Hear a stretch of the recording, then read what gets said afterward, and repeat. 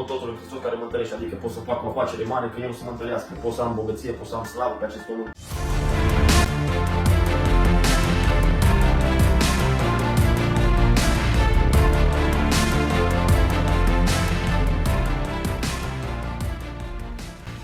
Astăzi vom avea o discuție deschisă despre Evanghelia Prosperității. Observăm în America a câștigat foarte mult teren, mulți predicatori predică această Evanghelie și în Spania se predică această Evanghelie, a câștigat mult teren chiar și în România și vom încerca să dăm câteva răspunsuri la aceste idei ale lor. Ca să încep cu un gând, acești oameni, acești predicatori studiază Cuvântul lui Dumnezeu, nu ca să-L caute pe Domnul Iisus Hristos, nu ca să vadă gloria, măreția Domnului Iisus Hristos în Cuvântul lui Dumnezeu, și ei fac acest lucru pentru a-și îmbunătăți viața lor, bunurile lor materiale pe acest pământ, nu se gândesc la lucrurile de sus și se gândesc la cele de pe pământ. Am putea să spunem cu alte cuvinte că ei caută darurile, nu dătătorul, binecuvântările lui Dumnezeu și nu pe Dumnezeu, practic. Apostolul Pavel spunea la un moment dat, pot totul în Hristos care mă întărește, și acest citat a ajuns ca un fel de motto pentru tinerii prin toate țările.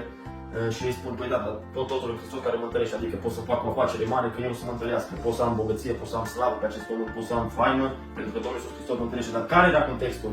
El a folosit această sintagmă, pot totul în Hristos, în condiții foarte grele din punct de vedere omenesc. Era întemnițat, deci era întemnițatul lui Hristos care folosește acest lucru cu care se lăuda oamenii aceștia. Ar trebui să vadă și aceste versete, pentru că el practic îl glorifica pe Dumnezeu când era bătut, când era biciuit, când era maltratat, ca să zic, să folosesc un cuvânt al zilelor noastre. Și atunci ar trebui să vadă că el și ceilalți apostoli, care le-am văzut și am văzut studiind istoria, cum au murit, da, să vadă sfârșitul vieții lor, el practic îl lăuda pe Dumnezeu indiferent ce venea peste el, fie că era binecuvântare, fie că erau bătăi și martirare și alte lucruri. Alt verset pe care el îl folosesc foarte des sunt cuvintele Domnului Iisus Hristos care spun că eu am venit ca oile mele să aibă o viață și el să aibă din belșug. Și folosesc această sintagmă din belșug ca și cum că trebuie să fie prosperi în viața asta, trebuie să aibă bani, trebuie să aibă glorie, că dacă nu înseamnă că nu sunt oile lui Hristos. La fel, foarte greșită interpretarea aceasta a acestui verset. Să se uite de asemenea la Iov, la viața lui Iov. A avut o viață din belșug, într-adevăr Dumnezeu nu dă la o parte, ca să zic așa, zăgazurile celor, ca să dea binecuvântări și materiale, da? Dar Iov la un moment dat a rămas fără nimic, da? Și spre sfârșitul suferinței lui, după ce Dumnezeu a pus atâtea întrebări, a reușit cu Duhul, cu puterii lui, care era practic Duhul Sfânt, puterea lui Dumnezeu în el, să zică urechea mea auzise, vorbise despre tine, dar acum ochiul meu te-a văzut. Când acum? În suferință. Adică Dumnezeu a spus foarte clar prin Domnul Iisus Hristos, în lume veți avea necazuri. Deci o să avem necazuri, o să îndrăznim pentru că El a venit lumea. Deci ei rămân cu partea bună, partea financiară, că Dumnezeu le va da, scoasă din contextualitatea Bibliei și îl dau afară pe Hristos. Corect. Ai spus înainte de Iov, Iov a avut bogăție, a avut farmă, să zic așa, pe pământ, dar atunci când toată viața i s-a prăbușit, tot el a spus aceste cuvinte minunate, Dumnezeu a luat, Dumnezeu a dat, Dumnezeu a luat, Dumnezeu să fie binecuvântat. Creștinul în viață nu este lipsit de necazuri și suferința este una din materiile pe care Dumnezeu le predă. În momentul în care învățăm, Dumnezeu ne ridică, dar în primul rând pe omul din lăuntru. Să ne dăm seama că viața pe pământ este un avur care apare puțin târziu și apoi pierde. Și Apostolul Pavel accentuează lucrul ăsta, că suferințele de acum, deci de pe pământul acesta care putem să trăim 60 de ani, putem să trăim 20 de ani sau 80 de ani, nu sunt vrednice să fie puse alături cu slava viitoare. Creștinul adevărat, creștinul născut din nou, creștinul cu o inimă transformată, cu o inimă regenerată, cum ai spus tu, trebuie să-L caute pe Domnul Iisus Hristos, pe dătătorul acestor binecuvântări și nu să studieze, să cugeteze la Cuvântul lui Dumnezeu ca să-și îmbunătățească stilul lor de viață pe acest pământ. Nu putem să căutăm versete care să ne ajute pe noi să fim mai faimoși, mai cu slavă pe acest pământ și trebuie să căutăm în Cuvântul lui Dumnezeu pe Domnul Iisus Hristos, atât în Vechiul Testament cât și în Noul Testament, totul din El, prin El și pentru El sunt toate lucrurile. Toate le avem prin Domnul Iisus Hristos. Asta trebuie să facă creștinul adevărat. Acum s-ar prea putea ca mulți oameni să nu înțeleagă care este adevăratul mesaj al Evangheliei și această Evanghelie a prosperității. Care crezi că, sau cum spune, ce spune Scriptura? Practic, vorbim de această Evanghelie a prosperității și ce ne spune adevărata Evanghelie a lui Hristos. Da, deci când vorbim despre Evanghelia Harului, Evanghelia Domnului Iisus Hristos, trebuie să ne gândim că încă de la început omul a căzut, a păcătuit înaintea lui Dumnezeu. Deci ne gândim la Adam și Eva, când n-au ascultat și au păcătuit. Și pentru acest păcat, zice în Romani că toți au păcătuit și toți sunt lipsiți de slava lui Dumnezeu. Deci plata păcatului este moarte. Fiecare om trebuia să moară. da? Și din cauza păcatului. Dumnezeu a trasat un plan ca pentru acest păcat să fie o rezolvare. Da? Deci omul, ca să fie iertat și să fie schimbat și transformat, trebuia ca Domnul Iisus Hristos să vină pe acest pământ, să ia asupra lui plata păcatului, să moară în locul nostru pe cruce, să fie o înviere, să fie o proslăvire a Domnului Iisus Hristos și noi, prin credința în El, să fim mântuiți. Aceasta este adevărata Evanghelie în câteva cuvinte. Evanghelia prosperității, care spune că trebuie să ai bogăție și trebuie să ai lucruri despre care le-am vorbit. Pentru că dacă nu le ai, nu ești un copil al lui Hristos, aceasta este o erezie și trebuie combătută cu Biblia. Aici aș mai dori să mai spun un punct care pe mine personal mă doare.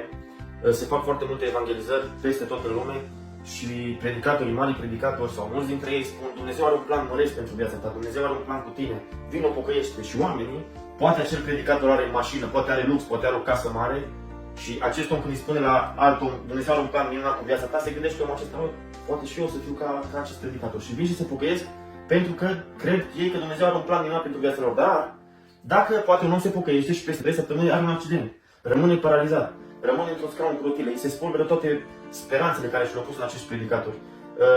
Nu este bine ca oamenii să se pocăiască nici de frică, deci să, prin evangelizare să-i băgăm frica în oameni, dar nici să băgăm false speranțe că Dumnezeu are un plan cu viața lor și că dacă astăzi îl acceptă pe Domnul Iisus Hristos, viața lor se va schimba, vor avea mașini, vor avea bogății și toate aceste lucruri. Trebuie să fim foarte echilibrați când facem evangelizare. Ar trebui să înțelegem că una din materiile pe care Dumnezeu le predă este suferința. În momentul în care nu învățăm din anumite suferințe pe care Dumnezeu ne le dă, s-ar prea putea ca Dumnezeu să repete acea suferință. De ce? Pentru că noi, ca să ajungem în cer, trebuie să avem o formă pentru a intra acolo.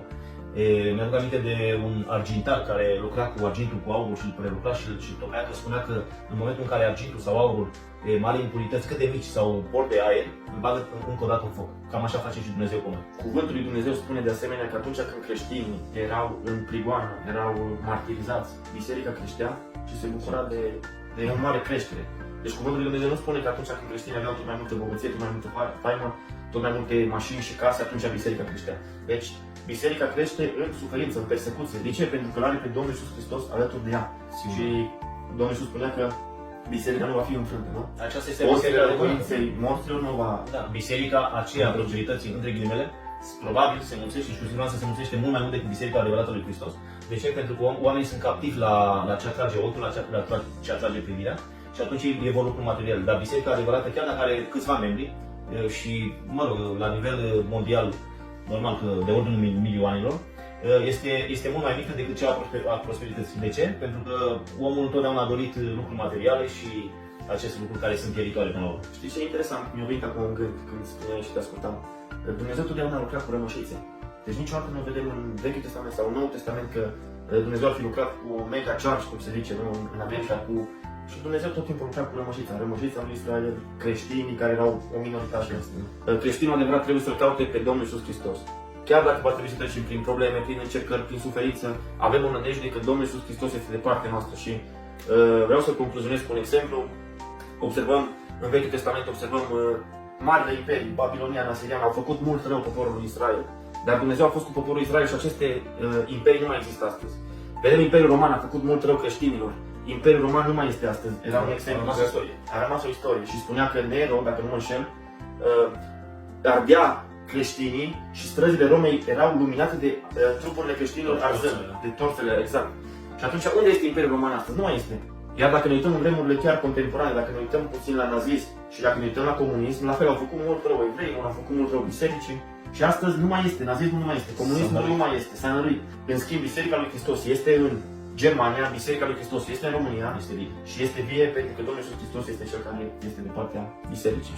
Spunea un citat, nu mi-am amintesc acum numele, spunea că cei care se iau de Biserica lui Hristos să țină minte și să fie atenți că într-o zi vor avea de face cu mirele bisericii, cu Domnul Iisus Hristos.